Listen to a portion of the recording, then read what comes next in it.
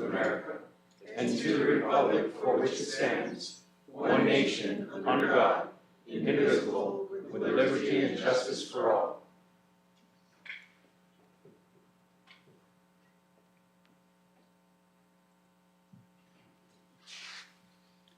Dear Heavenly Father, we are thankful for this day, and we're thankful for the Board of Supervisors and for the time that they spend helping the county, and we ask Thee to give your Spirit to them to help them make wise decisions for us. And say these things in the name of Jesus Christ, amen.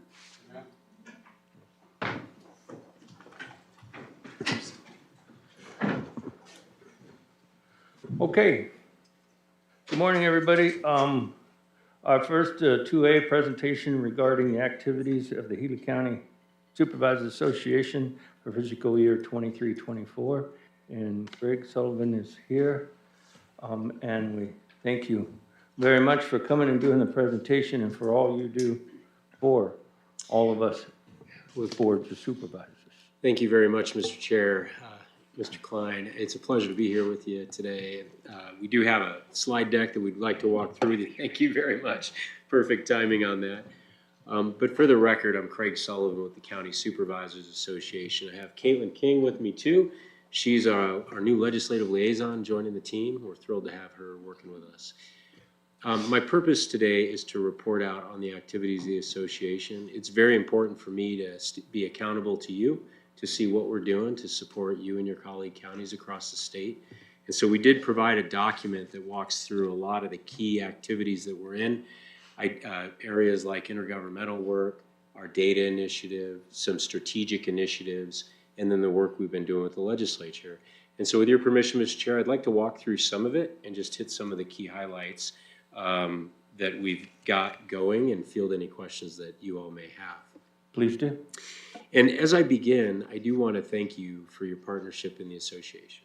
I am so grateful for the involvement of this board with your colleagues from around the state. Thank you for that. I think it makes our organization stronger and it helps strengthen the partnership with the legislature. And I want to commend Mr. Menlove. He is the chair of our County Managers Association. So that makes sure that we have a very strong collaboration to it. So thank you for that, James.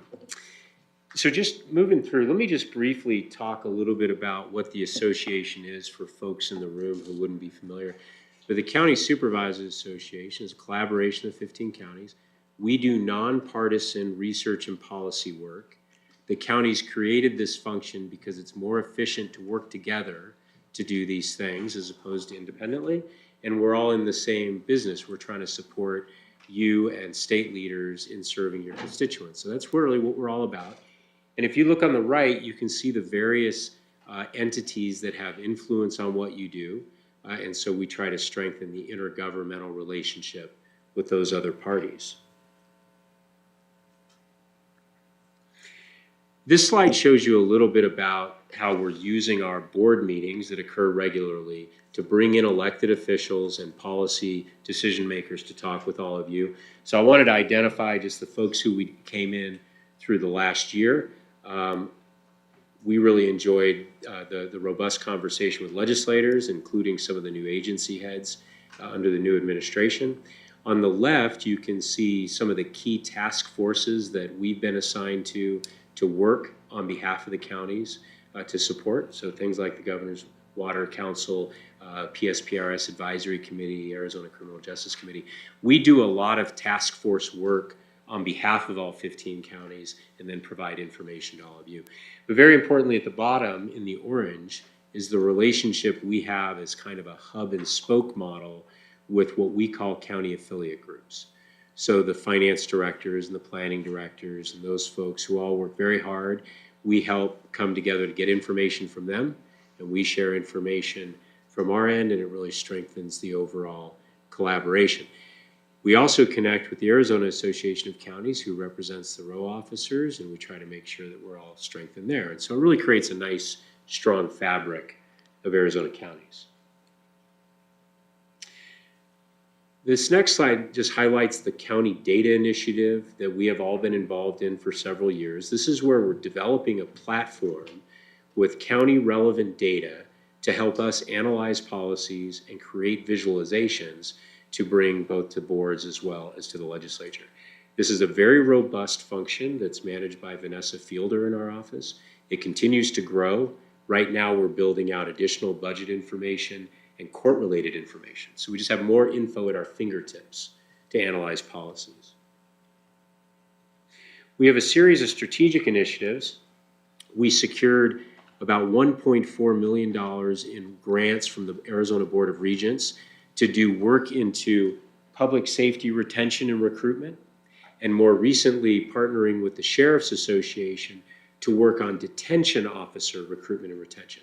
So that's occurring right now, and over the next year, we should get some good work to help inform strategies to recruit and retain folks in the detention offices. And one of the grants was to support a study into procurement. So we are working on this effort with Arizona State University. It's not the most exciting things for folks to think about, but as you know, procurement involves a massive amount of taxpayer dollars, and we want to look at it, see how we can be more efficient at it, and how we can measure the efficacy of our procurement strategies.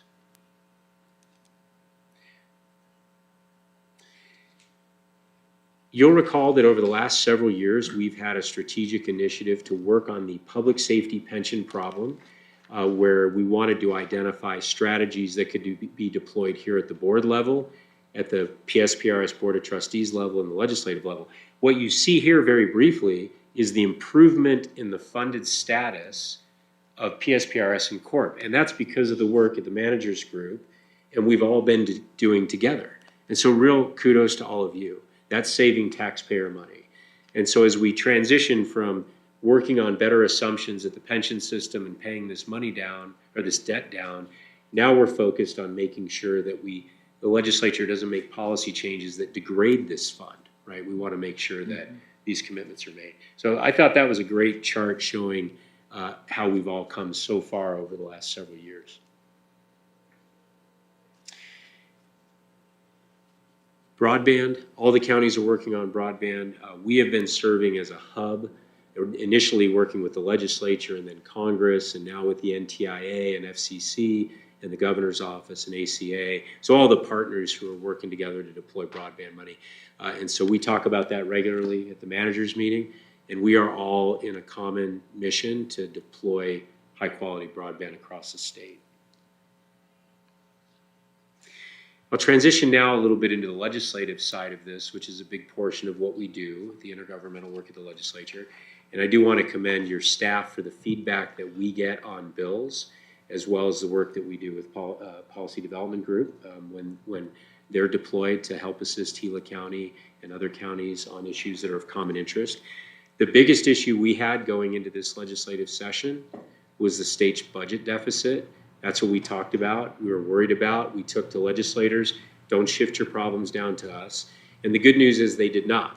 The legislature really focused on taking care of its problem within the four corners of its budget, and that was a good thing. So they did solve their $1.4 billion problem with fund transfers, one-time spending cuts, ongoing spending cuts at the state level. They preserved their $1.5 billion rainy day fund, and in the main, they didn't affect the counties. So very good result in that area. This shows you just some of the major buckets that they touched. Probably most notably, when we were meeting with Greenlee County and Richard Lunt recently, the sweeps of resources out of the Water Infrastructure Finance Authority, which was a pot of money dedicated to supplement water supplies down in the urban areas. Those dollars have been swept to a large degree. And so they're going to have to reset on how they're going to invest in new waters, not just moving waters around, but bringing new water to our water problem down in Maricopa County. And I know all the rural areas want that to be solved because there's always concerns about moving water out of rural areas. But they did reduce those dollars that were available for it. They swept the opioid money at the state level. That did not affect the county level monies, but I know some state monies were coming down as grants, but it was their choice to redirect that. This next slide will show you a little bit about the issues that were still lingering and still a big problem for the counties in the state budget. Most notably for Gila County, are the lack of ongoing state commitment to fund state-funded probation officers. They did not follow through on a sustained allocation. When we recognized that that was likely not going to happen, we and the courts started pushing for at least a one-time patch. That patch came from the governor's office in the form of ARPA money, federal dollars. So there still is a cliff, a financial cliff in probation for the state's commitment to state-funded probation officers. So we're going to have to get that fixed. We're going to have to work with your legislative delegation to do that. It's not right to leave that undone. And similarly on JP salaries, cost-sharing arrangement, counties pay 60% of JP salaries, state pays 40%. They swept some monies from the fund to reimburse the counties. We initially thought that would not be a big deal, but then they made some salary adjustments that put that fund in a deficit. So we're going to have to go get full funding from the state for their share of JP salaries. So just some basic technical budget stuff that was not solved this session. This slide will show you a lot of items that were in the budget. And I wanted to put these in front of you because when the legislature does have a budget deficit, it often will undo a lot of commitments to the counties. And if you look under the prior county appropriations protected, this is where items that we worked on related to indigent defense, juvenile dependency, EORP relief, cybersecurity grants, in lieu lottery money, even the ECO grants, those were all protected. And that's a good thing. And your legislative delegation had a big role in doing that. And so they deserve a lot of accolades for that. A few slides remaining. A big part of what we do that's often understated is just reviewing the hundreds of bills that touch counties. Right? There are many every year.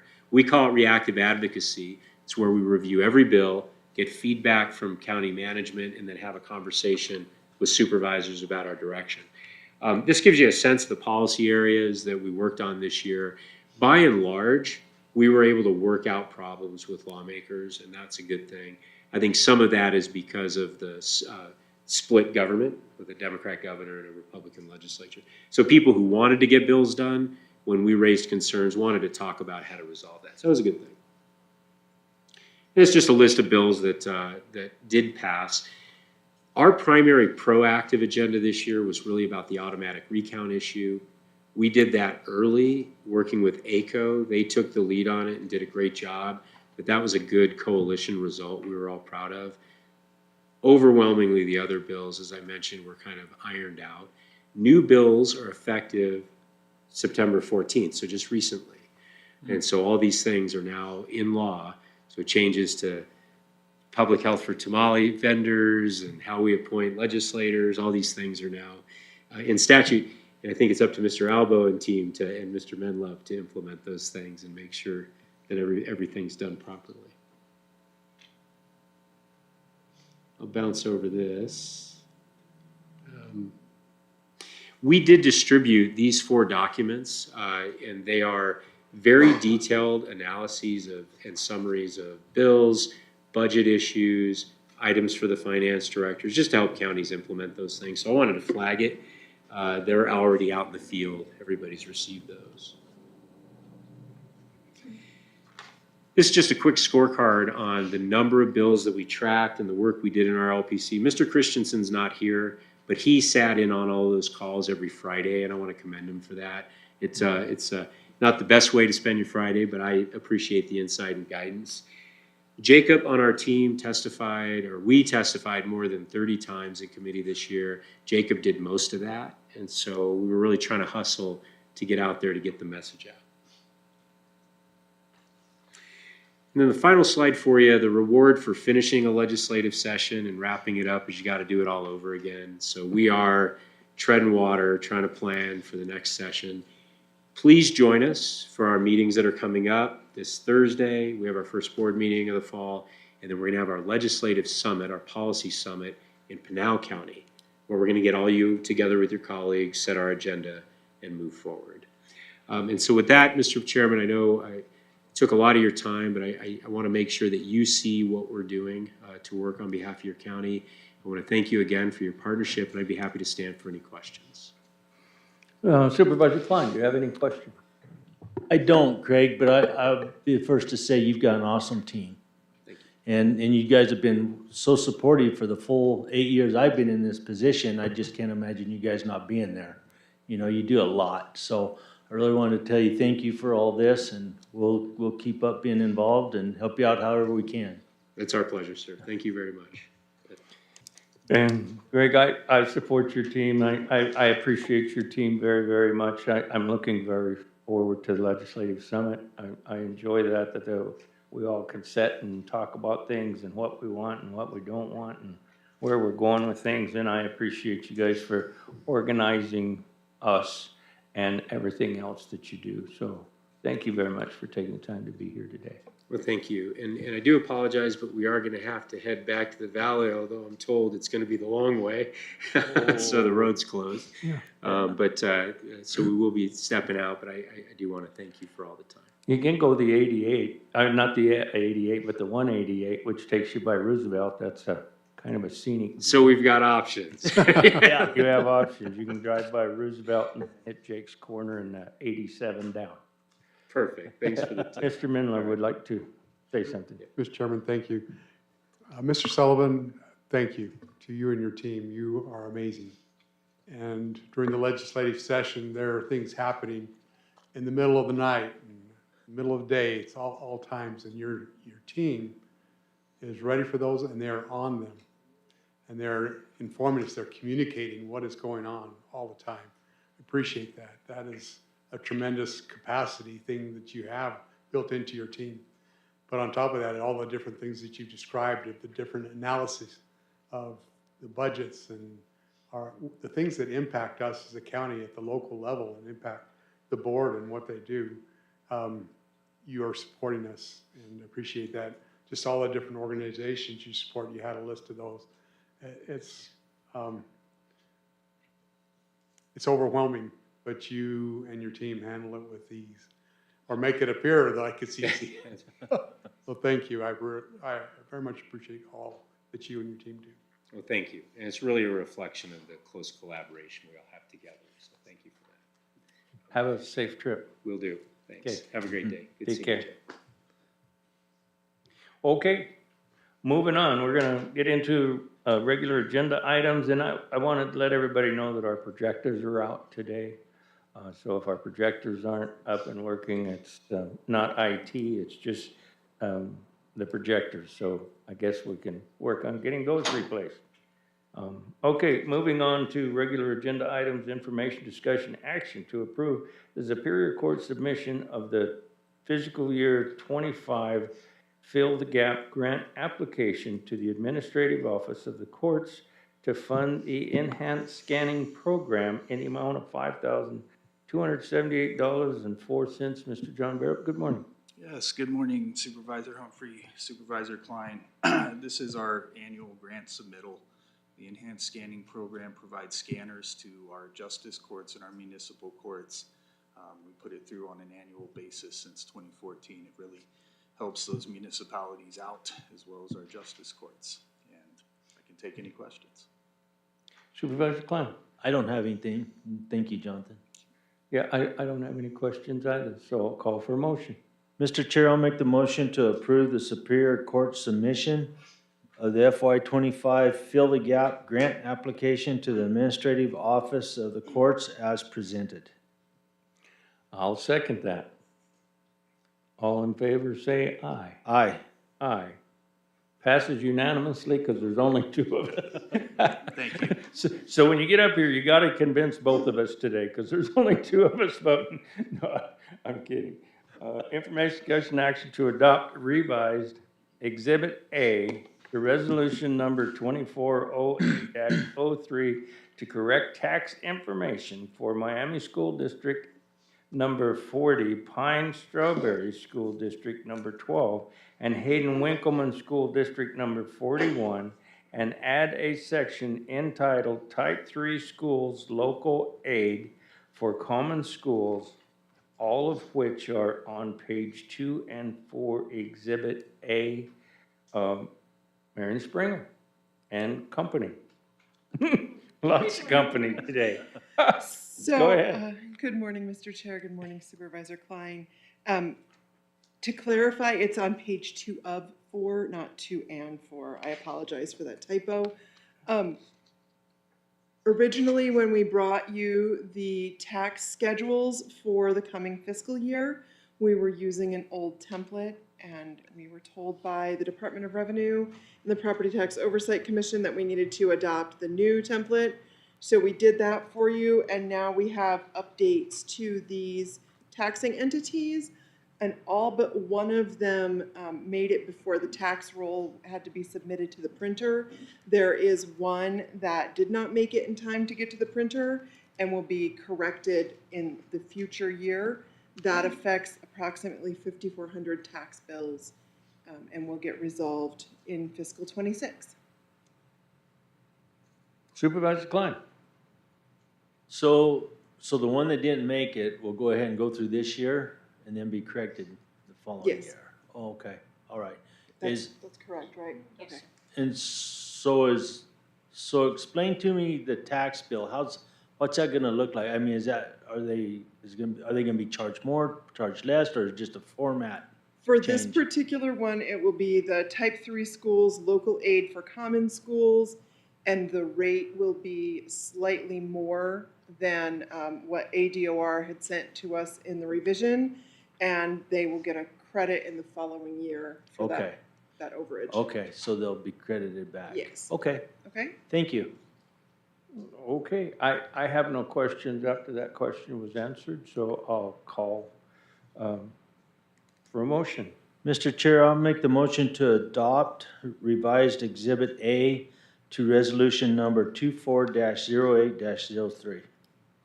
And I'll second that. All in favor, say aye. Aye. Aye. Passes unanimous. Thank you very much. Thank you. And so we are moving on to 3C.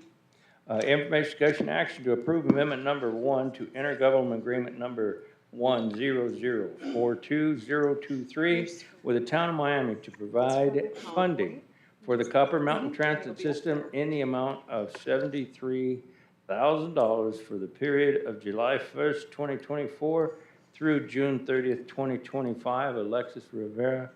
And Melinda Baeza. Yeah, Sorry. and Melinda Isaiah. I'm just here as staff. And also Marion Billings, who is now leaving. Okay.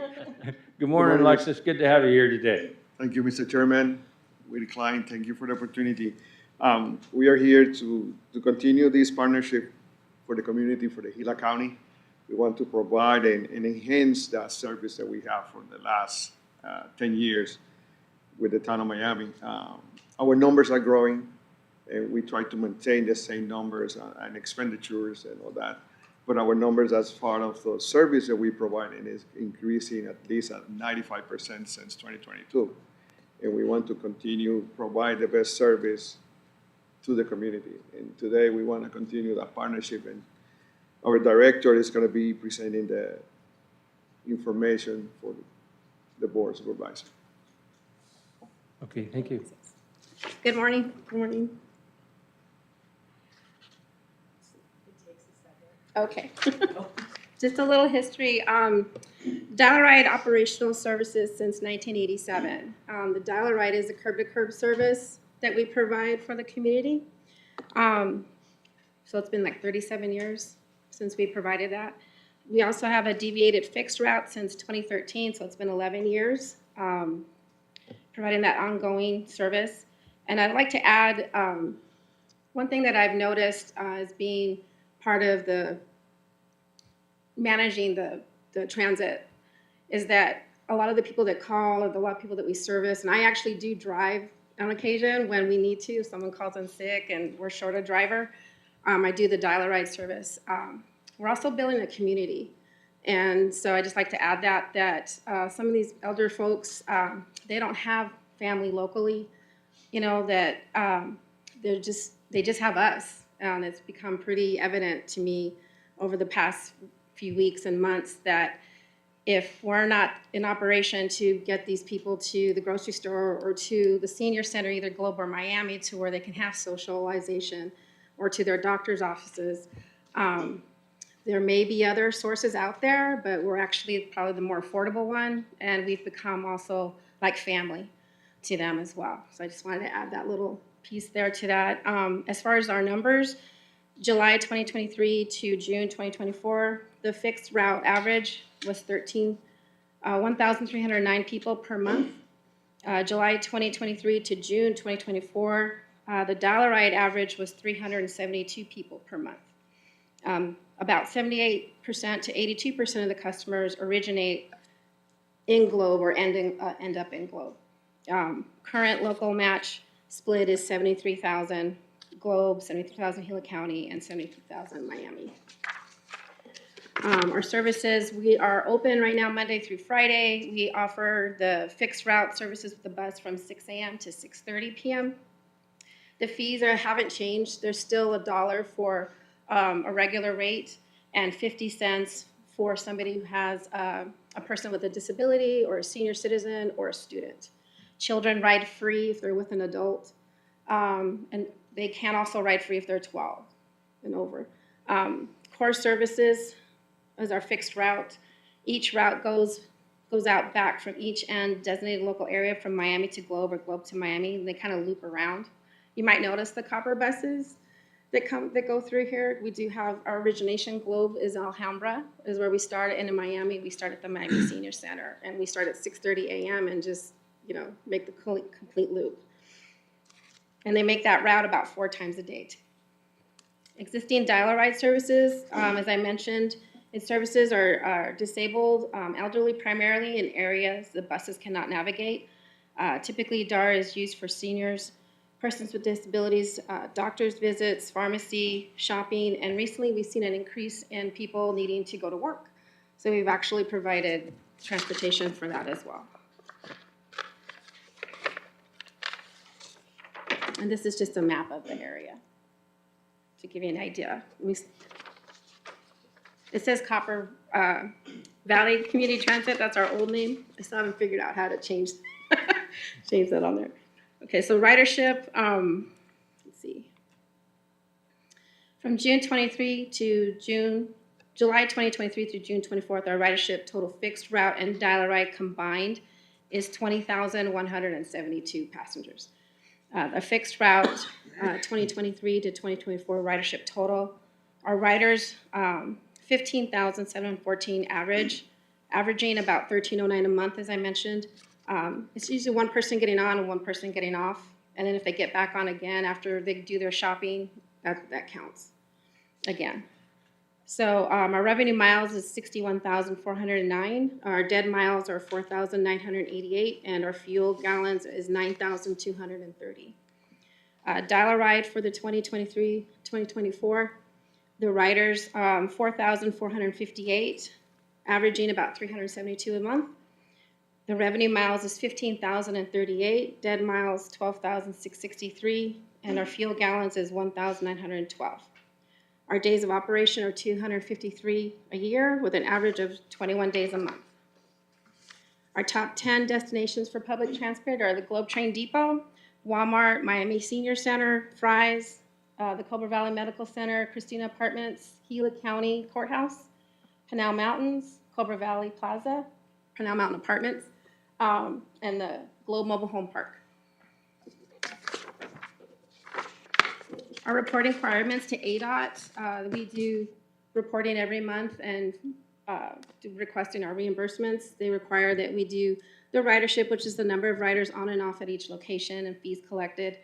Dial ride request logs with records of their name, their address, where they were picked up, whether it was a Miami and Globe, or where they were dropped off, times and locations. We have a call log that records all the calls that come in that we type in who called in and what was the purpose of their call. Like appointments, deviation requests, even complaints, or even good job.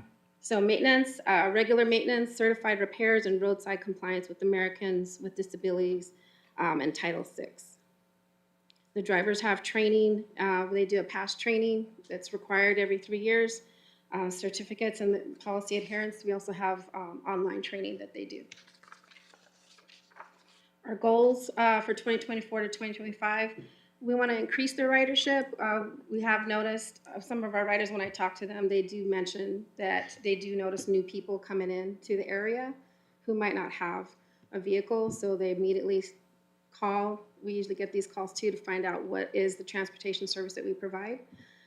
So we want to target the low-performing bus stops by promoting them online and in person and see if that increases their numbers. Promote Copper Mountain Transit services on the local radio stations. Reach out to public services in our community for possible collaboration. Review bus stops. Maybe map out tentative new stops that might perform better for us or provide a better service for our community. And evaluate the pros and cons for a low-performing bus stop, so we can figure out do we still just keep it because it kind of helps the driver stay on their scheduled route, or is it something that we should probably decide to move to a different location? And that's it for my presentation so far. We appreciate your continued support. Well, yeah, thank you for your presentation. Hold on, Steve. Do you have any Supervisor questions? Klein, do you have questions or comments? So I think this is for James probably. Over the years, the 73,000, this is what we've all partnered for quite a long time, right? Yes, since I've been here, so it's been probably a decade that we partnered for the 73,000 with the Cobra Valley. Yeah. Is there been any talks of increasing that, especially with like the inflation rates and everything everybody's faced with today, or? I'm sure town of Miami would anxiously engage such talks. But they've been able to be very efficient Yeah, in what they do and have been able to maintain. So hats off to the town of Miami absolutely. managing the system and not having to come back to ask for more, that they've been able to maneuver forward through the increased fuel costs and Right. labor costs and all of that. So that's where we're at. Okay. Lexus, thank you. That is a big job to do that right now, I know. That's the reason of the partnership, and thank you for the opportunity, Mr. Midloff. And yeah, we're gonna make evaluation later on, like our director said. We have some projection. We want to make some better changes and improve the county and the area. Okay. Thank you. And I have a couple questions. On fuel, you get your fuel at the county? Yes. Yes. Okay, so we are helping you with kind of that as well. And something I didn't notice, employees, how many people do you employ with the transit system? We have 4 full-time drivers, 1 seasonal part-time driver, and we just recently hired a part-time office dispatcher and relief driver. And then we have me as a full-time person, as the director coordinator, and then I have a full-time dispatcher. Yeah, great. So not only are you providing a service, you're providing jobs as well. Yes. So that's great. And your dial a ride cost, if I call and tell you that I need to go to a specific place, it's not one of your regular stops. What's the cost of that and what's the distance you'll take me? Okay, good question. I mean, what if I want to go to the casino or whatever? I don't know, but we've got people that may want to ask that question. Regarding to the casino, we have a partnership with San Carlos Apache Tribe. We always try to maintain meetings 1 time a month to see how we can connect. Some people sometimes they stop here in the Gila County and go to Walmart and any other places. Sure. Oh, yeah, right. But back to my original question, how much the cost of? Sure. I apologize, I didn't add That's that in there. okay. So, No. so we have zones. Yes. From the beginning of Miami to just at Walmart is zone 1, and then zone 2 is further into Central Heights, Fry's, Globe Mobile Home Park, and then zone 3 starts at the Wash and Fluff and goes into the town, and then zone 4 is after Pinal Lumber or after Dollar General in that back area, or in past Best Bagawa, past the community center. And it's $1 per zone.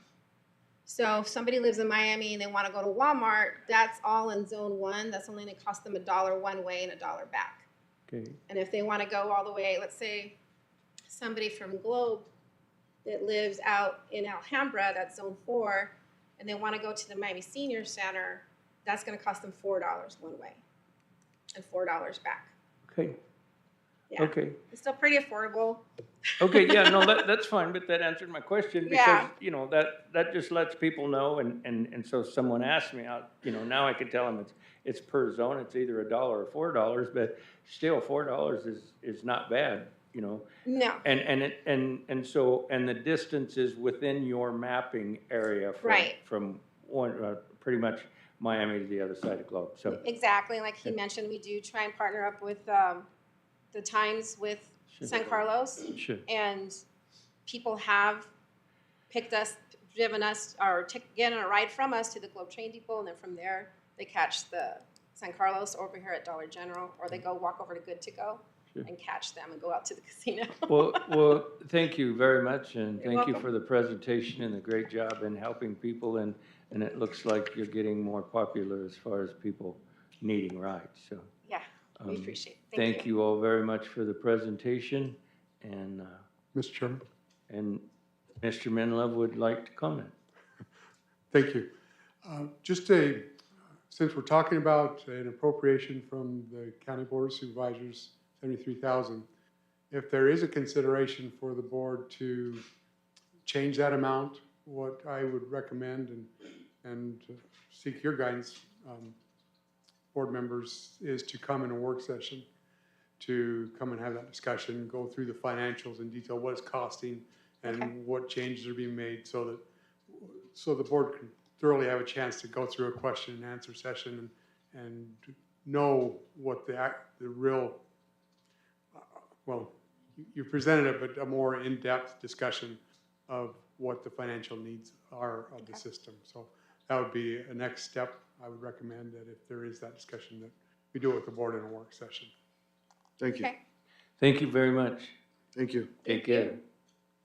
Chair, if I may, and correct me if I'm not lying, Joe, but maybe we could make that to include Payson as well.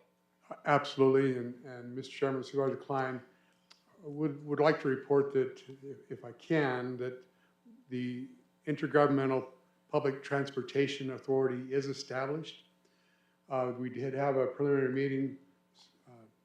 Supervisor Humphrey did hold that meeting, and the officers were elected of the IPTA, which Town of Payson Mayor was the chairman.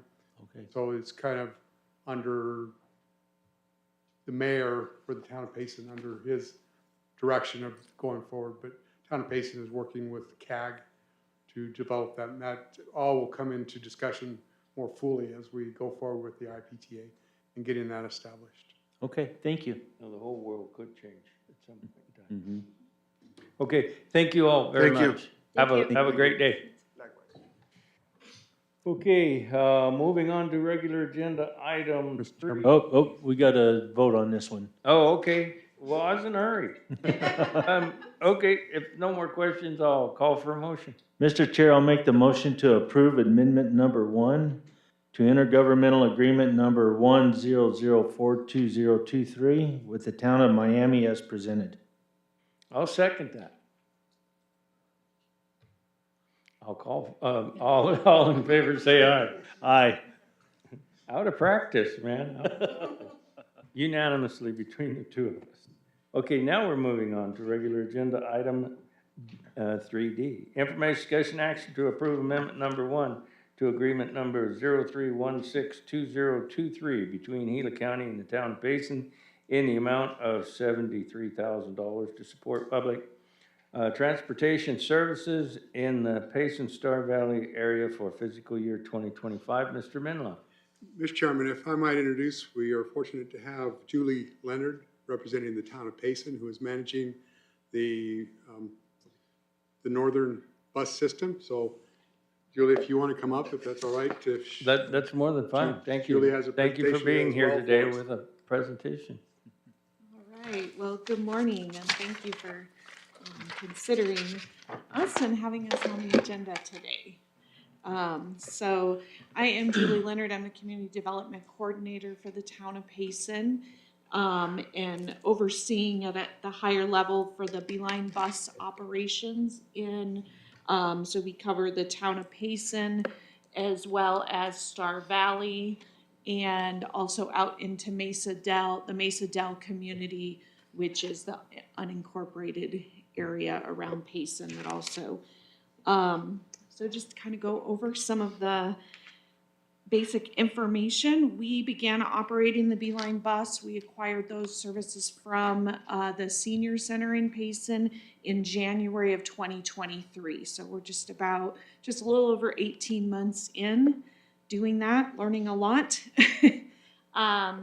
We did receive a new bus in February 2024. That was through a grant through ADOT that actually the Senior Center had originally applied for, but it took, due to COVID and all those things, it took a long time for it to be delivered to the services, so that was added this year.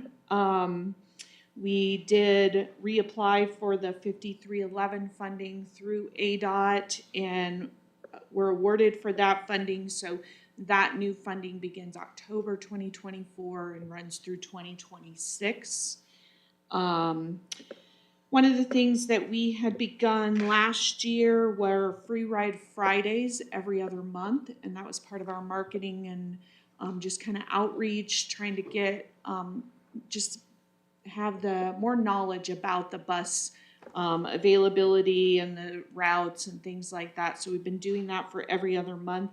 Then in the month of August, we actually had a nonprofit step up and provide a contribution of $700, which paid for all the fares for the entire month of August. So we had an entire month that was free for our local bus for the passengers. It covered all the costs that normally they would pay for their fares. We did see an increase in ridership, and we also saw our bus drivers reported that a lot of new people tried it out that maybe had been a little bit on the fence whether they wanted to try it, and so that was successful, gave them a chance to kind of learn the routes and try it without there being a cost. So that was a successful month. And then recently we just submitted a grant in August to replace one of our other buses, because all of our buses are outside of the parameters that ADOT considers to be in good service. They all have either more miles or more years on them, and obviously in that case that costs us more, and repairs and all those kinds of things. So we will see, that was just submitted. That would replace our 2015 bus that we currently use. We do have a fixed route. We do not have a dial-a-ride, just a fixed route. One of the things that has been worked on since we took over the bus is letting people know that it's not just for seniors. There had been kind of a mindset in the area, because it was run by the Payson Senior Center. Not that they promoted that, but people just assumed that it was only for seniors and those with disabilities. So we've been out there just making sure people know that it's community-wide. Anybody can use the bus services. So that's one of the focuses we've had in the last year. Some of our popular places that people ride or go to and from, of course, probably similar to here, is Safeway, Walmart, the Big Lots, the Bashas' Plaza, as well as our Sawmill Plaza over there by the theater. We have seen an increase in ridership in Star Valley, so that was kind of lagging when we first took over, but that's increasing and more people are riding from Star Valley as well now. This is our ridership numbers.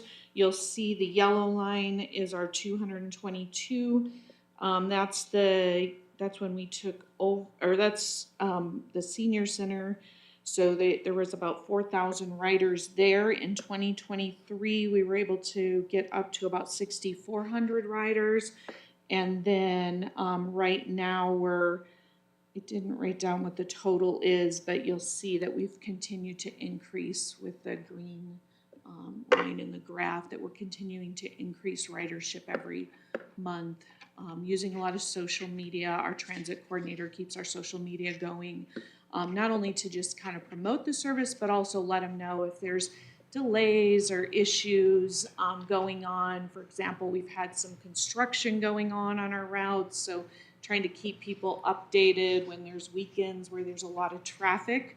Coming from Payson to Star Valley can be a challenge, and trying to keep our riders updated because they're relying on that service to get to work and do their shopping and do other things. So using that as a tool to kind of keep people informed.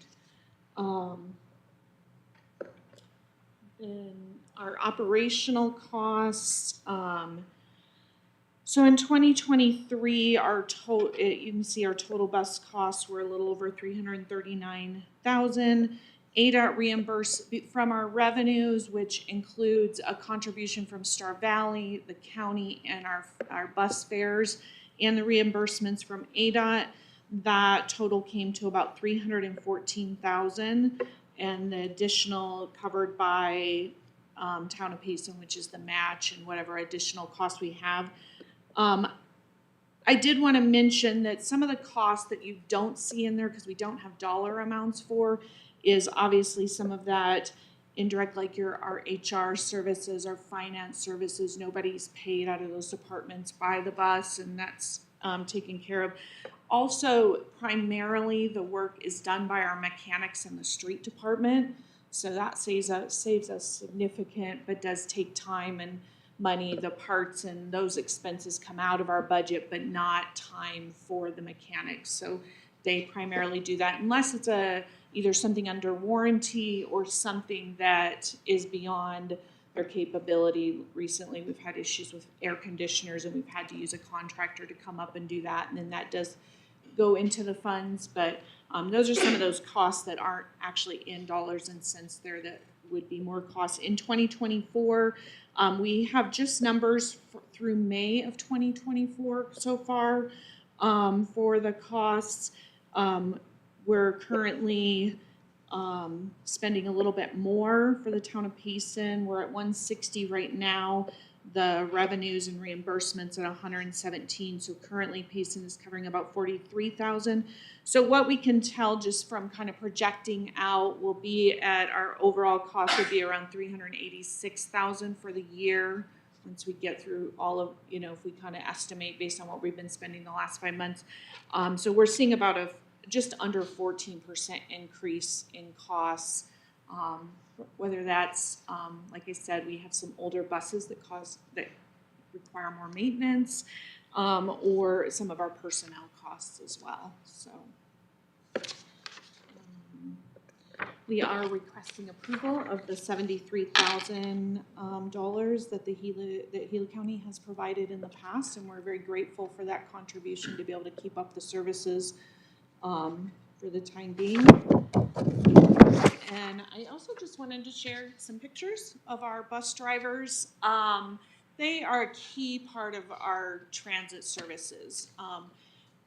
When you sit and talk with our bus drivers, they know the people that ride the bus. They know where the homeless person that they pick up, gets on and off, and where they stay. And they have just a care for those people that ride the bus each day, and build relationships with them. And so we're really grateful for those drivers, as well as our transit coordinator, Juanita Coghill, who's been with us since they were at the senior center and came over to the Town of Payson. And again, they just build relationships with their riders and try to serve our community in the very best way that they can. And we're grateful for their service, that day-to-day contact that they have.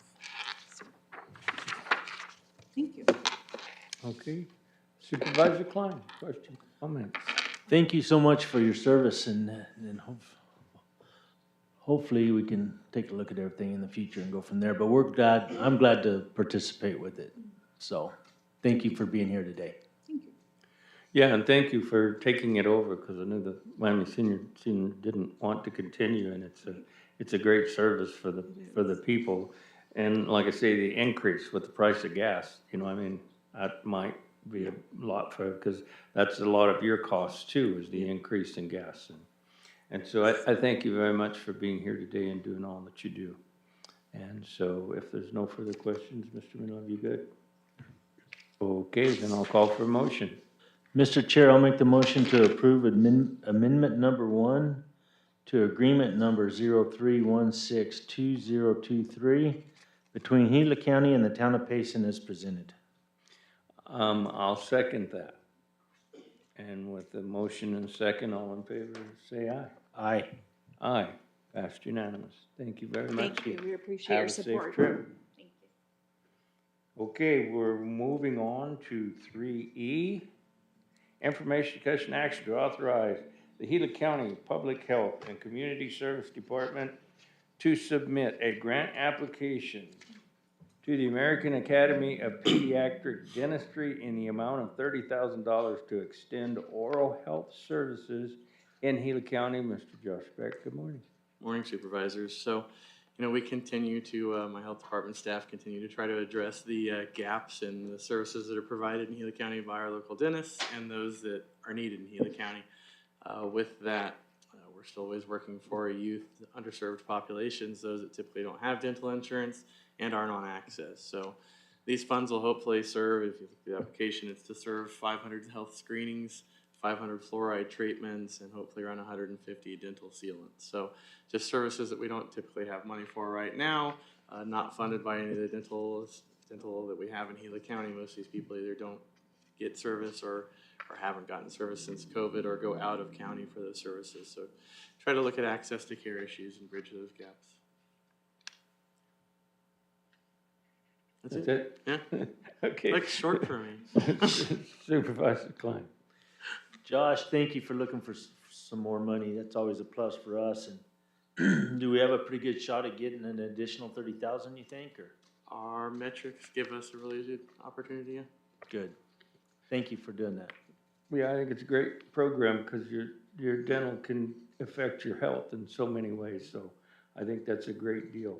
And I guess the other question is do you have dentists locally or out of town that will help with these services?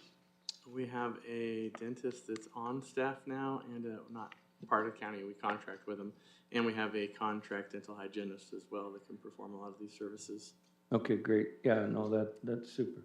Okay, I have no further questions, so I will call for a motion. Mr. Chair, I'll make the motion to authorize the Gila County Public Health and Community Services Department to submit a grant application to the American Academy of Pediatric Dentistry as presented.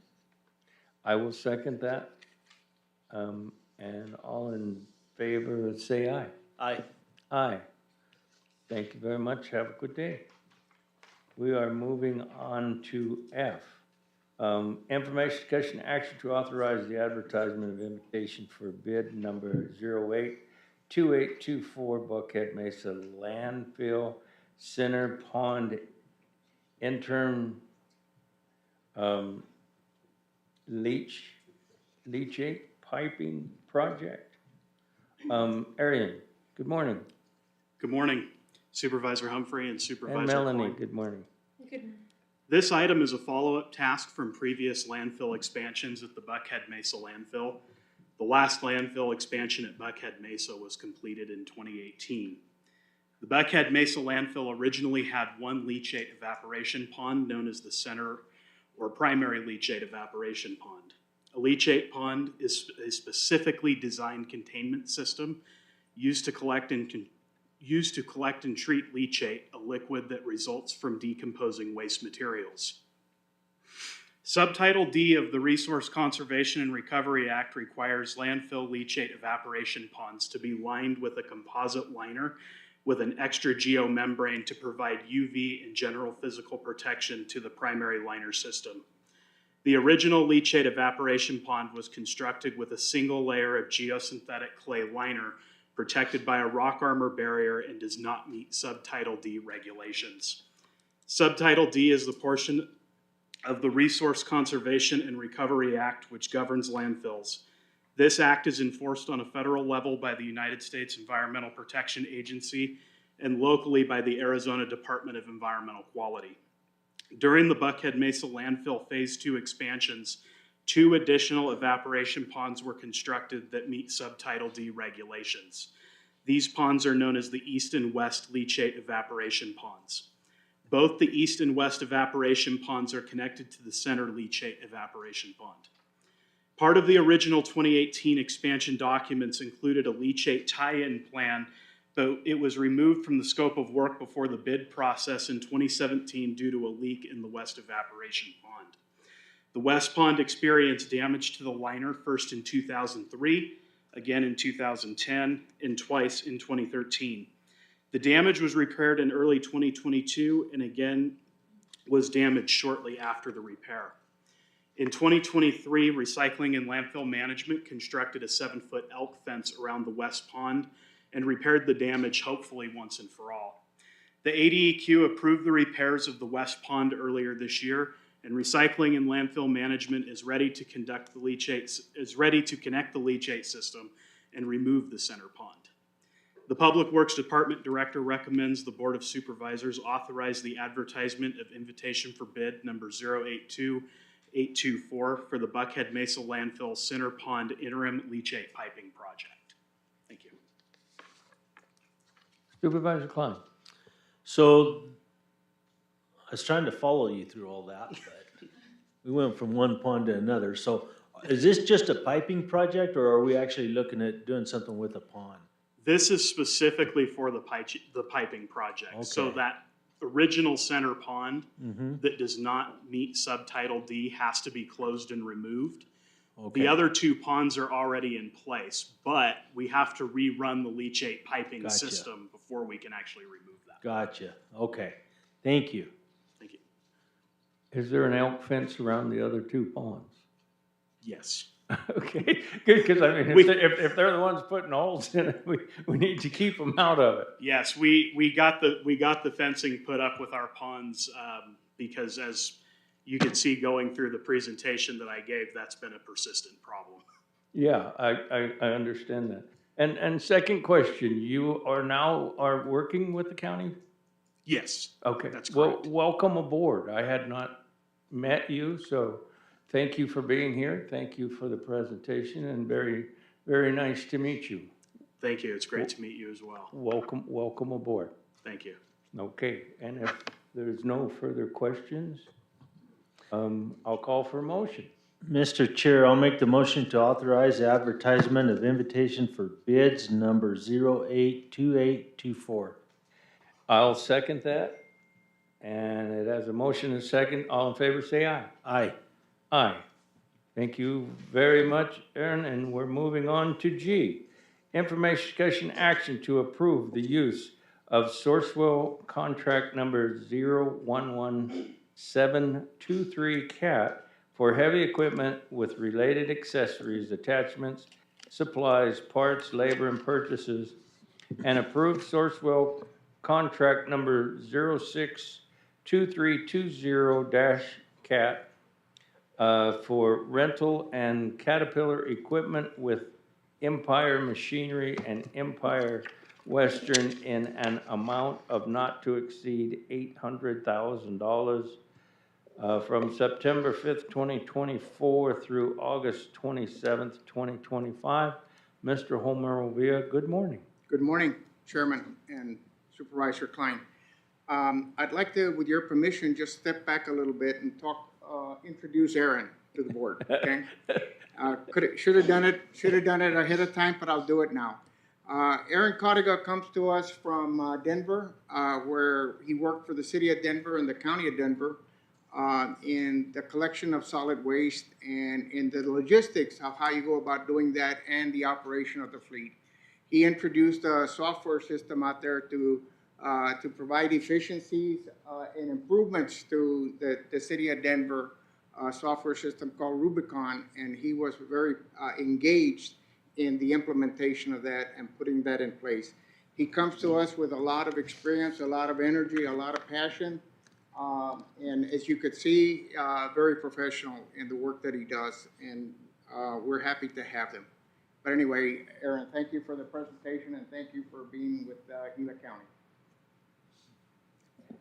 Okay, so on to my item then. This item is for board approval for an annual contract using a Sourcewell contract number 0117923-CAT and 06-2320-CAT for heavy equipment purchases, related accessories, attachments, parts, supplies, and rentals.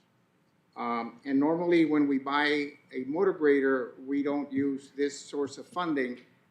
That's a standalone, that would be a standalone item that the board approves.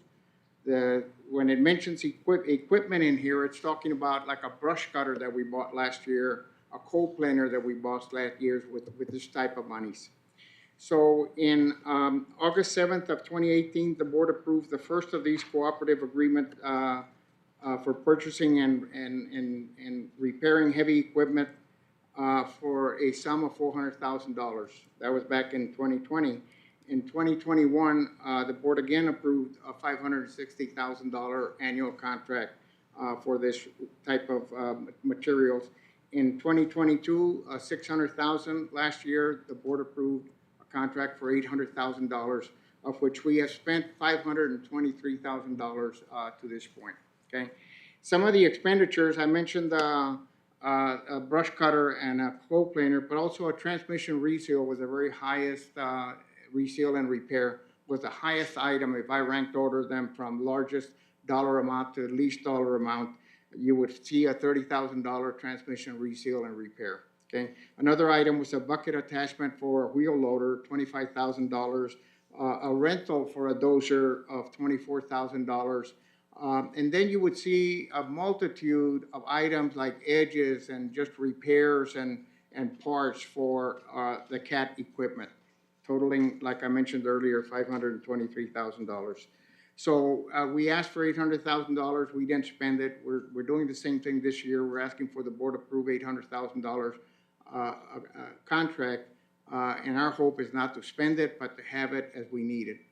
One of the items that we did buy last year that was of interest to me is a generator for Pinal Peak. It's for radio transmission at Pinal Peak. And I asked the team to go out and get 3 quotes on that. And it turned out that the lowest quote was this Sourcewell contract agreement that we have. And I was happy to hear that. And nonetheless, this is a lot of this stuff is for Caterpillar parts that we would need to go to them anyway. It's a nationwide agreement used by many organizations, and we would like to ask your approval for this particular contract. Supervisor Klein, questions, comments? I don't have any questions, Homero. I know it's worked good for us in the past, so I'm good with it. I have no questions, and if there's nothing else, I'll call for motion. Mr. Chair, I'll make the motion to approve the use of Sourcewell contract number 011723-CAT and approve Sourcewell contract number 062320-CAT with Empire Machinery and Empire Southwest as presented. I'll second that. Aye. All in favor, say aye. Aye. Okay, approved unanimously. Moving on to H, Homero, you're still on.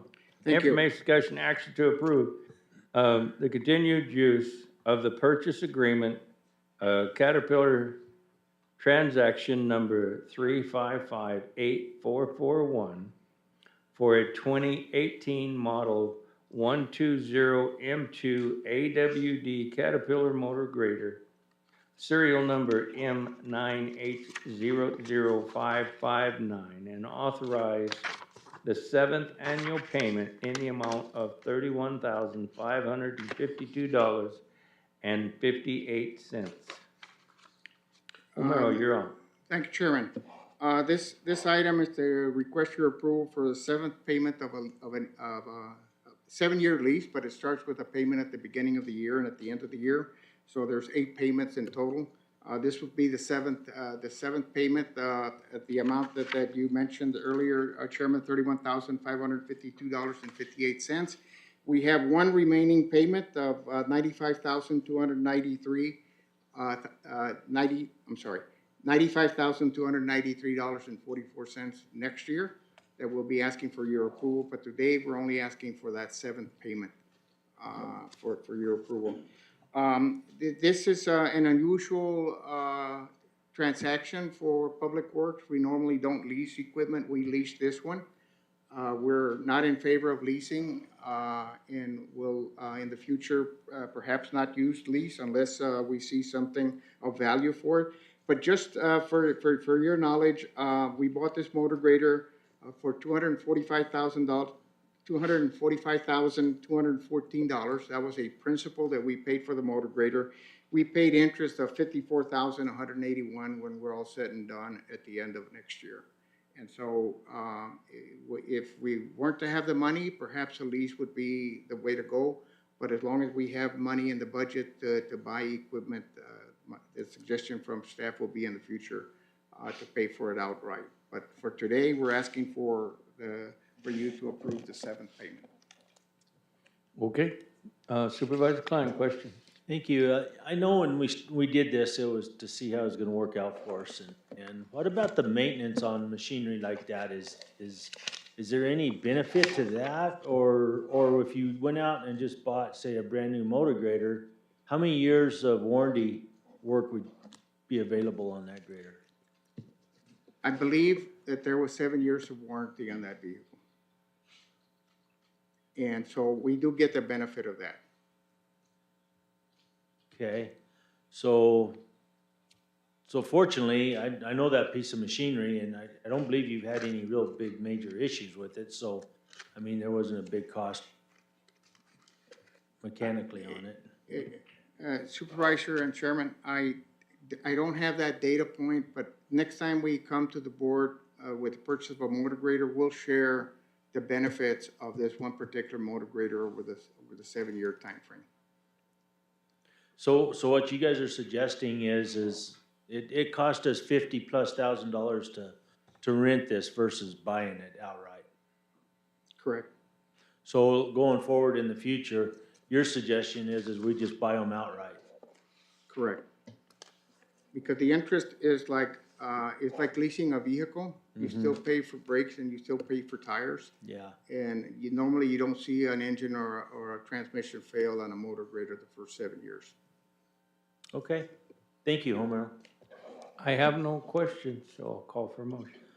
Mr. Chair, I'll make the motion to approve the continued use of the purchase agreement Caterpillar transaction number 3558441 and authorize the 7th annual payment as presented. I'll second that, and all in favor say aye. Aye. Aye. Have approved unanimously. Thank you. Okay, moving on to I. Information, discussion, action to approve economic development agreement number 06102024 between Gila County and Gila Valley Community Affairs Association in the amount of $12,915.72 to assist with replacing the aged roof on a building and replacing damaged and broken windows, which the board has determined to be for the benefit of the public. And this is my constituent funds, and so this is on me. And what this building is it's the community center for Gila, and it also houses the Gila fire engine for the fire department. And it actually benefits the community in a lot of ways. And the reason I know that is because in the past, there's been issues where I have talked to maybe one of the churches to be able to use some of the church grounds or some of the deals from the churches. And the churches are very nice, but they also tell you, well, that's what our community center is for. So they do have, they do have fundraisers there. They do have, like, you can drop off books and things there. So even the churches in Gila are promoting it as a community center. So that's why I feel that it would be beneficial to the public, because they hold a lot of functions there. They house the fire engine for the volunteer fire department. And so, if there's any questions, I'll be happy to answer questions best I can. Tim, I don't have any questions. I just want to say that in a lot of these rural communities, when they have those centralized buildings, a community center, everything that happens into that community happens at that building. I mean, that's just the focal point for every one of our rural communities that we have is some kind of establishment like that. And so it could be anything from weddings to fundraisers to whatever, but it'll happen in those places. So I totally support this. Well, I appreciate that very much, and if there's no further questions, I'll call for a motion. Mr. Chair, I'll make the motion to approve Economic Development Agreement Number 061-02024 with the Gila Valley Community Affairs Association as presented, which the board has determined to be for the benefit of the public. I will second that, and all approve, say aye. Aye. Aye. Passes unanimously. Thank you very much. Going on to J. Information, discussion, action to approve economic development grant number 08282024 between Gila County and the town of Winkleman in the amount of $2,000 to assist with the production of the town's annual Halloween event and the annual Christmas event for the community of Winkleman and the surrounding areas, which the board has determined to be for the benefit of the public. Mr. Supervisor Woody Klein. Thank you, Mr. Chair. So, as it says, this is there in Winkleman. They're at the town, right across the street from the main office buildings.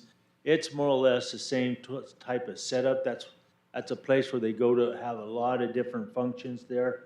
A lot of participants from the neighboring communities, Kearney, Dudleyville, other places around there take part in that as well. So this is an event that's happened for pretty much every year I've been on the board. So any questions, I'll be willing to answer them. I have no questions, but like you say, these rural communities, when they have events like this, you know, a lot of people show up. It's not just a few. I mean, it's a community-supported event. And so if there's no further questions, I'll call for a motion. Mr. Chair, I'll make the motion to approve Economic Development Agreement Number 08282024 with the town of Winkleman as presented, which the board has determined to be for the benefit of the public. I'll second that. And all approve, say aye. Aye. Aye. Passed unanimously. Moving on to K. Information, discussion, action to approve Economic Development Grant Agreement number 08172024 between Gila County and the Water Wheel Fire and Medical District for the purchase of two M150 dash mount radios in the amount of $6,474.69, which the board has determined to be for the benefit of the public. Supervisor Klein. Thank you, Mr. Chair. And so this is to help them out, getting new radios in both of those vehicles. It'll help them. It's the newer radios. It'll have capabilities of connecting to everything. So, so I was really interested in helping them do this. Now, I will say that this one and the prior agenda item are both out of my constituent funds. I failed to mention that to begin with. So it's coming out of my constituent funds. I will say that personally, I think this is probably the limit to me buying radios this year. I think I've participated in purchasing enough. So and so have I. I think communication is extremely beneficial to our first responders. Without it, they're not much help. So I think it's great that we're able to help them. And with that, I'll call for a motion. Mr. Chair, I'll make the motion to approve Economic Development Agreement Number 08172024 with the Water Wheel Fire and Medical District as presented, which the board has determined to be for the benefit of the public. I will second that, and all in favor say aye. Aye. Aye. Passed unanimous. Moving on to L, information, discussion, action to accept a franchise application submitted by Whitney Burke of Shapiro Law Firm, PC, on behalf of Payson Water Company Incorporated and set a public hearing date of November 4th, 2024, at which time the Board of Supervisors will consider issuing a 25-year public utility franchise to Payson Water Company Incorporated. Samantha Trimble. Thank you, Chairman and Supervisor Klein. So this is exactly as stated in the suggested motion. This is to accept two franchise applications, so item L and item M. So the first one is for Payson Water Company, and the second one is for Tonto Basin Water Company. This is the first step of a two-step process that we do to issue franchises. So this is to accept the application and then set the public hearing date for November 5th, 2024. We'll take any questions if you have them. Supervisor Klein. Sam, I do have them, but I'm not sure, Randy might be the one to answer them. We accept these applications for the franchises, then we set then the November 5th public hearing date will take place. After that hearing date, what would be the protocol then? I mean, what's our steps after that? And the other question I would have, Randy, for you is there any feedback on these applications or any concerns or anything that you're hearing? Can't hear you.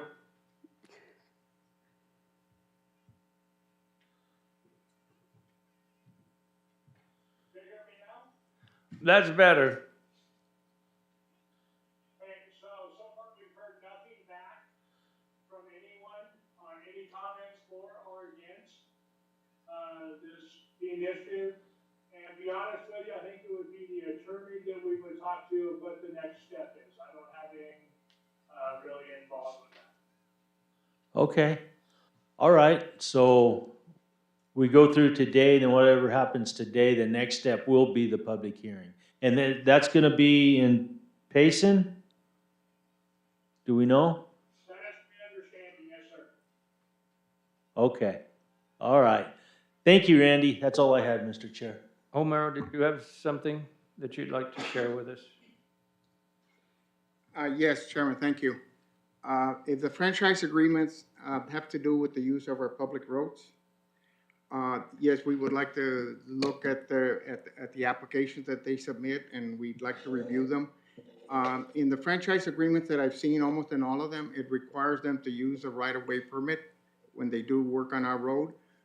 We will be guiding them as to where the utility should go. We oftentimes see boxes almost in the middle of the road. They should be on the edges of the road. When they do apply for a right-of-way permit, they will get additional guidance from us. The franchise agreement, my understanding of the franchise agreement, it merely allows them to use our roads, and they in turn provide the insurance, the warranty, the indemnification, and that the acknowledgement that if they need to remove that utility later on when we expand the road, that they're obligated to do that. And so I see those as the benefits for us. The benefits for them is that they have a license to use an agreement. Otherwise, they would have to come to the board every time they were to ask to use our road. They would have to come and ask for that license. They do it here for a long period of time. Usually they're 25 years.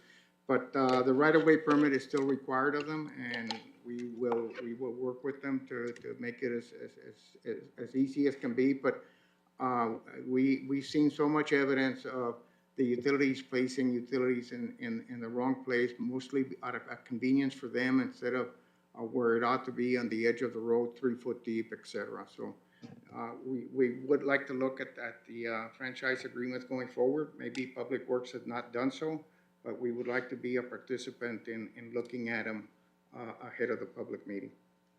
Mr. Chair, if I may, Homer, for the Payson Water Company, and the next item is going to be Tonto Basin Water Company. In prior years, they've already have infrastructure in place, correct? Correct, yes. And so what happens when there's a new franchise put in place that just automatically takes over all the old infrastructure that's there, plus any new stuff that comes forward? Is that the way that works? many of the franchises that I've seen require the same things that I just talked about right now. We're using kind of like the same format to issue these franchises. And so if in the past it required, they were obligated to move equipment, if we expand the road or something, they're still, in my opinion, they're still obligated to do that, but we would take that up with the county attorneys for input. So one more question, if I may. With both of these water companies that we're gonna be discussing today, is there any issues like you stated already with water boxes in the middle of the roads that are out there and things of that nature? We would have to do a review of their utilities. We're not, I'm not proposing that we ask them to move all of them out. I'm just saying that there may come a point in time when we need some of these things moved that have been put in the past, and at that point, we're gonna have to determine who is responsible for that. Is it the county or is it the utility? Well, and I know we dealt with there, Roosevelt, your street there. I mean, that was a big headache with all the water infrastructure in the road there. So questions I just wanted to ask, since we're talking about it and it's coming up, is to get off on the right foot, what are we gonna need to do, basically? To get off on the right foot. I think that there's an issue where they need to show that they have the legal wherewithal to operate as a utility and that they're gonna do it responsibly. I think that's part of the statements that are in the franchise agreement. And I think what the utility needs to know is that there is a right-of-way permit that they're still obligated to abide by. And we need to, as a county, we need to make sure that we're doing our very best to place utilities on the edges where we can, unless they're buried 3 foot deep, and make sure that they don't affect the safe passage on roads as some of them currently do. Thank you, Homero. I guess I've got a question, Homer, you may not be able to answer this. But I guess just out of the blue, why are they applying for a franchise? Is it because the state's requiring it? Is it because the county's requiring it? It's like, I'm wondering, okay, here we've had water companies for going on and everybody's had their water, and all of a sudden we've got a couple communities that are applying for 25-year franchises. My question is, why? That's okay. If nobody can answer that, that's fine. It's just a question I have. Okay. Mr. Chairman, in the interim time between now and the date of the hearing, the county attorney's office will reach out to this law firm. I'm not familiar with it, but we will ask them for a copy of their application and all of the legal documents that they intend to present and go forward with at the time of that hearing, and work with the Public Works Department to assure that the county's needs are met should the board decide to grant the franchise agreement. As the discussion is said, franchise agreements are nothing new to Gila County, and a number of different types of utilities utilize franchise agreements as permitted by Arizona law to operate. But we have some say in how those agreements are structured, and make sure that whatever the structure is works to the benefit of Gila County. Mr. Chairman?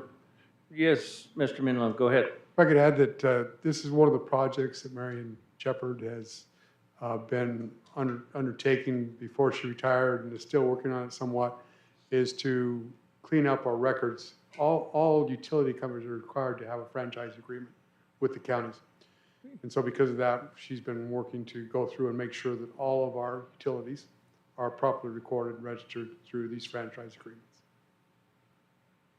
Okay, yeah, that's good information, because like I say, all of a sudden, why? Yeah. And yeah, I think it's great that the county is looking at that to be good with the county with our roads and stuff, but we also have to look at it from the constituents' point of view too. Is it gonna help, with the service and responsibility to the constituents for the water that they consume? So anyway, okay, then moving right along. Thank you for your information. Supervisor Klein, I'll call for a motion before I forget. All right, Mr. Chair, I'll make the motion to accept a franchise application submitted by Whitney Burke of Shapiro Law Firm, PC, on behalf of Payson Water Company Incorporated, and set a public hearing date of November 5th, 2024. I'll second that, and having a motion and a second, all in favor say aye. Aye. Aye. Was approved 100%, and we're gonna go on to M. Information discussion action to accept a franchise application submitted by Whitney Burke of Shapiro Law Firm, PC, on behalf of the Tonto Basin Water Company Incorporated, and set a public hearing date on November 5th, 2024, at which time the Board of Supervisors will consider issuing a public utility franchise to Tonto Basin Water Company Incorporated. Samantha Trimble, is that kind of a ditto? Okay, you can say that if you want. I mean, it's up to you. Go ahead. Okay, then I guess that was a ditto. Is there anybody that would care to comment on that one? No, I think we hashed it out pretty good on the town of Basin Water. So Supervisor Klein, I'll call for a motion if you have no questions or comments. Mr. Chair, I'll make the motion to accept a franchise application submitted by Whitney Burke of Shapiro Law Firm, PC, on behalf of Tonto Basin Water Company Incorporated, and set a public hearing date of November 5th, 2024. I will second that and call, Aye. aye, yeah, one of those. Okay, moving on to 4. Consent agenda items. Any matter on consent agenda will be removed from the consent agenda and discussed and voted upon as a regular agenda item upon the request of any member of the Board of Supervisors. Supervisor Klein, is there any item you would like to discuss from the consent agenda items A through G? I just let him walk all the way back to the room and sit down before I ask this question, huh?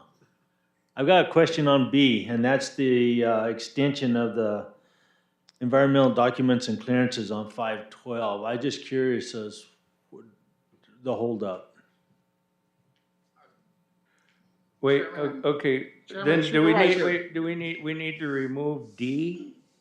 I don't have a problem with it. I Well, just wanted to know the reason why it's held up. Okay, well, then I guess I'll take D off, and we will B. discuss it as B. Yeah, B. Okay, then item 4B will be a regular agenda. And then, that way we can ask questions without worrying about it. Okay. And so anyway, now, agenda item, we're doing 4B in a regular agenda item.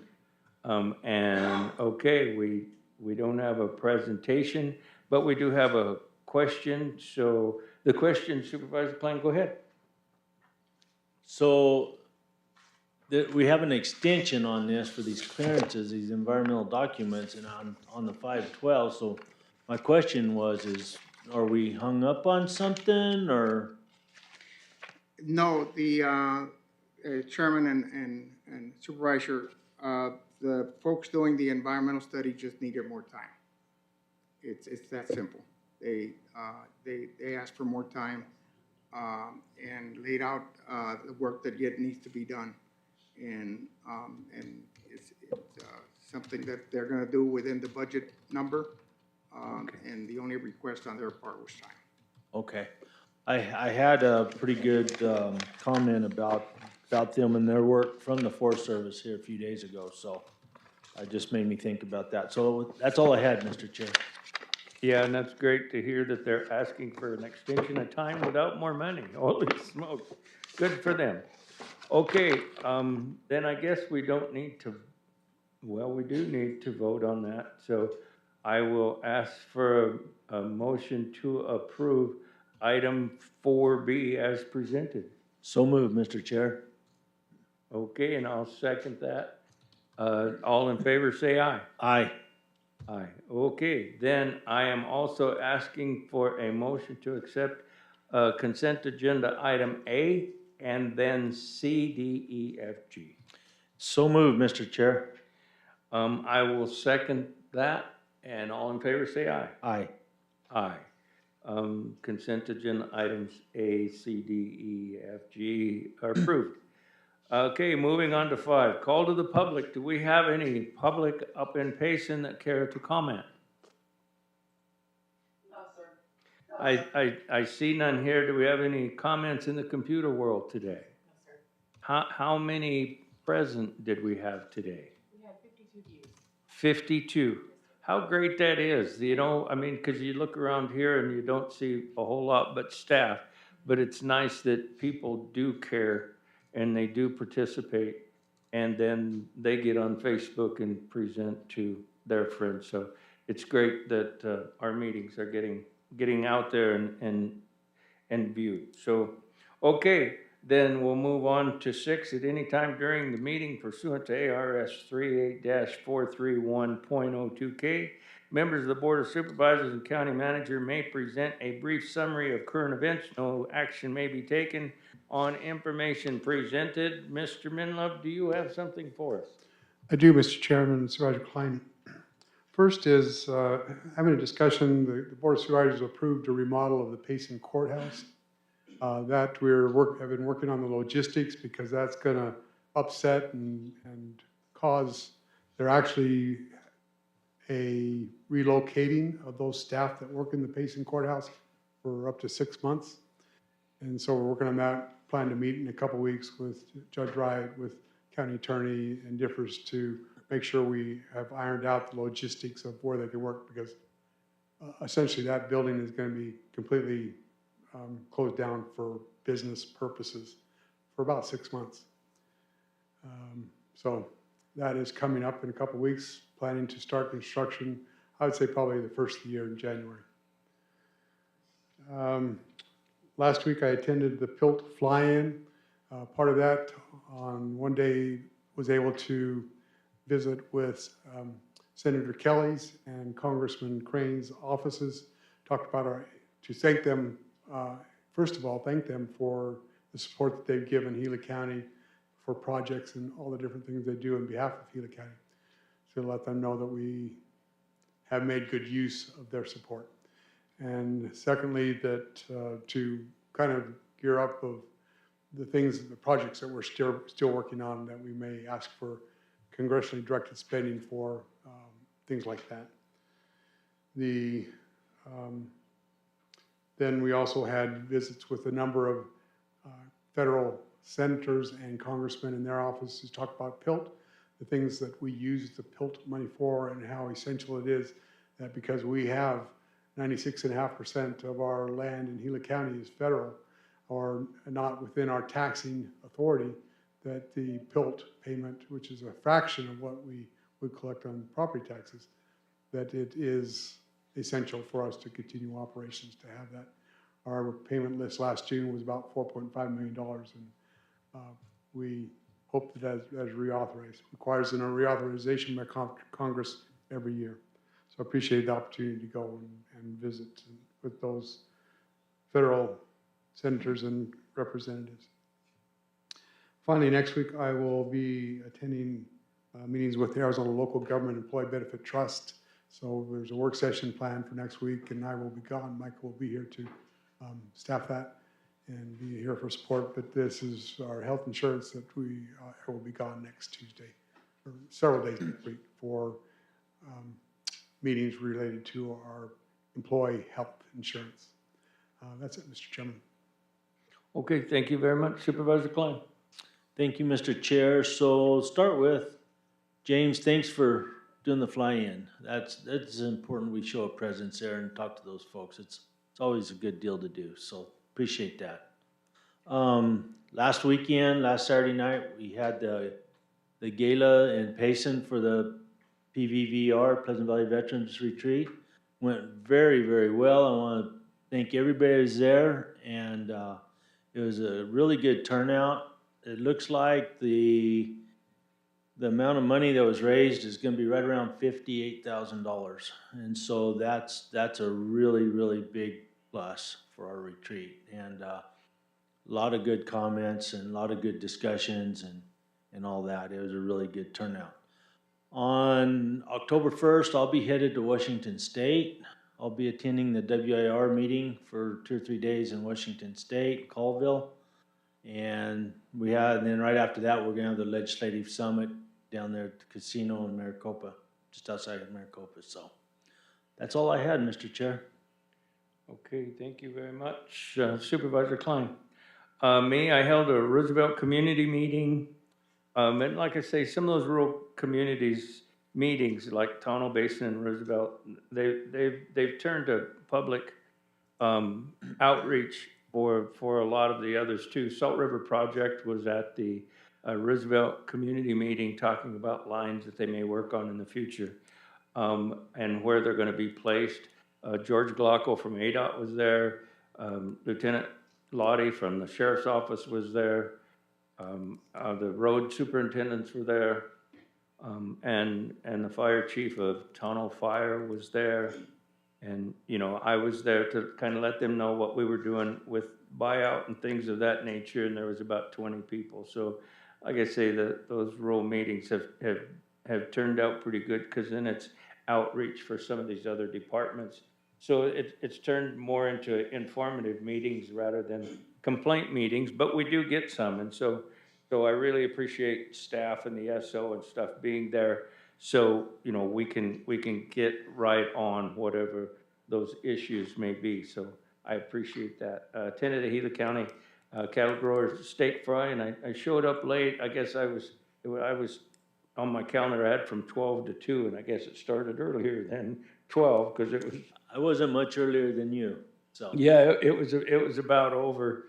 But anyway, I enjoyed it, you know, because even though I didn't make actual meeting, but you walk around to the tables and you sure get a lot of information from walking around and visiting with the people that were there, that's for sure. And then I'm looking forward to Thursday meeting with Jeremy Plain out at Roosevelt Lake.